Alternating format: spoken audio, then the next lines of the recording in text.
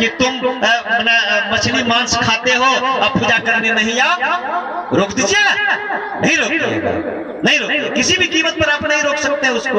आप उसको रोकने जाइएगा वही आपको रोक देगा, है ना?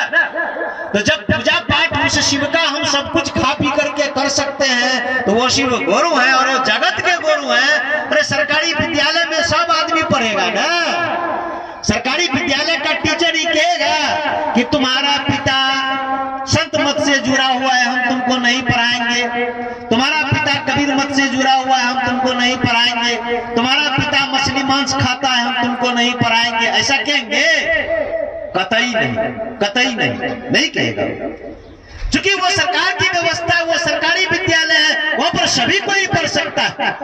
हाँ, ये नहीं कह सकते हैं आप कि आप महादेव को गुरु बनाइए, अब मछली मांस नहीं खाते हैं तो आप मछली मांस खाइए, ऐसा नहीं है। आप जिन भी स्थिति में है, जिन भी परिस्थिति में है, आप जैसे भी है, साधु है, संत है, असंत है, जिस भी आप विचारधारा के हैं, जिस भी रुचि प्रवृत्ति के हैं, आप उस शिव को अपना शिष्य का भाव दे सकते। संसार का कोई भी आदमी दे सकता है उनको शिष्य का भाव। जैसे आप उनको शिष्य का भाव देंगे, वो गुरु, वो परमात्मा आपके स्तर पर उतरेंगे। चूंकि कहा गया ना कि गुरु अपने शिष्य के अविकसित ज्ञान के स्तर पर उतर करके ज्ञान देने के कामों को करते हैं। वो गुरु एक शिष्य के स्तर पर, मेरे आपके जीवन के स्तर पर उतर करके ज्ञान देने के कामों को करेंगे। क्योंकि गुरु शिष्य के स्तर पर उतरते हैं। जाइए स्कूल में, स्कूल में जाइए, वो टीचर बीएससी पास करके आए हुए, बीपीएससी पास करके आए हुए हैं, और वो क्या कहते हैं विद्यार्थी को? पहला क्लास में जाएंगे तो क्या कहेंगे? बीपीएससी की डिग्री को वो बताएंगे।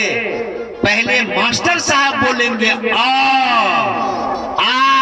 चूंकि विद्यार्थी उसी ज्ञान के समझ को, माने उसके स्तर पर, वो विद्यार्थी जो समझेगा उसके ज्ञान के स्तर पर वो उतरते हैं, उसके ज्ञान के स्तर पर। ठीक उस महादेव, वो महादेव देवता भी हैं और वो महादेव गुरु भी हैं। उस महादेव से एक संबंध और जोड़ लिया जाए। अरे चचेरा भाई सारू होता है ना, फुफेरा भाई सारू होता है कि नहीं होता है?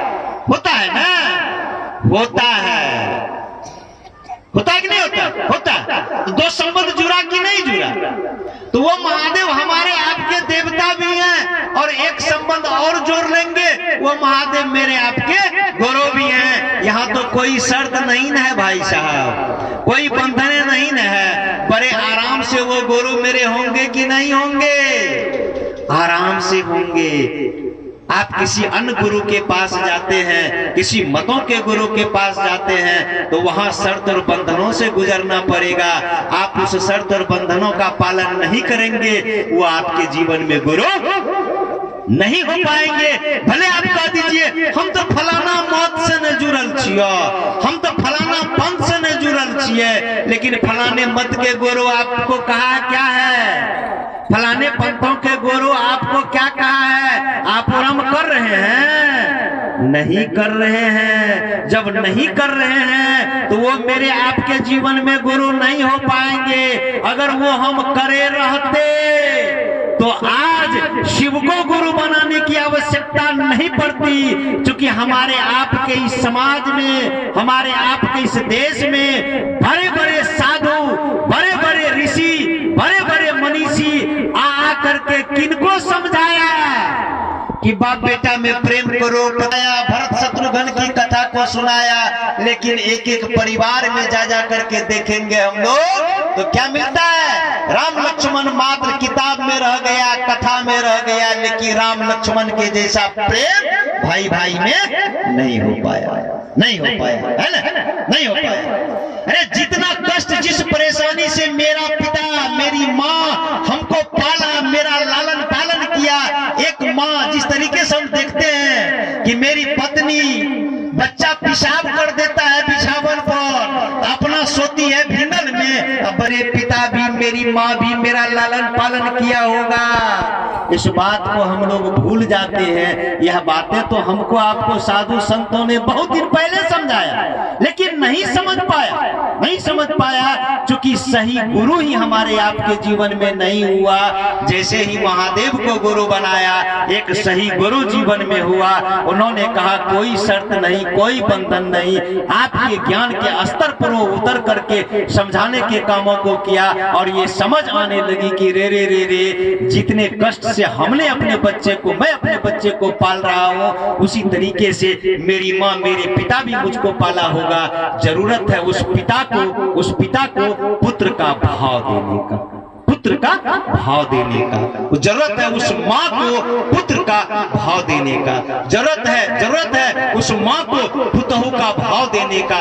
जरूरत है उस पुतहु को माने उस सास को पुतहु का भाव देने का। यही भाव खत्म हो गया है। और जैसे ही उस शिव को आप अपना गुरु बनाते हैं, आपके अंदर का धीरे धीरे ये सारा भाव जगने लगता, ये सारा भाव जगने लगेगा, ये सारा भाव जग उठेगा। आपके अंदर का भाव, सारा भाव नींद है आपके अंदर, सारा भाव आपके अंदर है।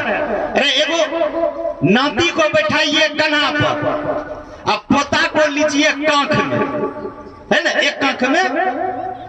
अब भगना को लीजिए एक कांख में, भगना कहेगा मामा, कहिएगा हाँ, मामा का भाव जग गया। इधर से पोता कहेगा दादा, कहिएगा हाँ, दादा का भाव जग गया। इधर से नाती कहेगा कपाट ठोक करके नाना, कहिएगा हाँ नाती बोल। तीनों भाव, सारा भाव है ना आपके अंदर, मेरे अंदर, सारा भाव निहित है, अंदर में है। जरूरत है इस भाव को जगाने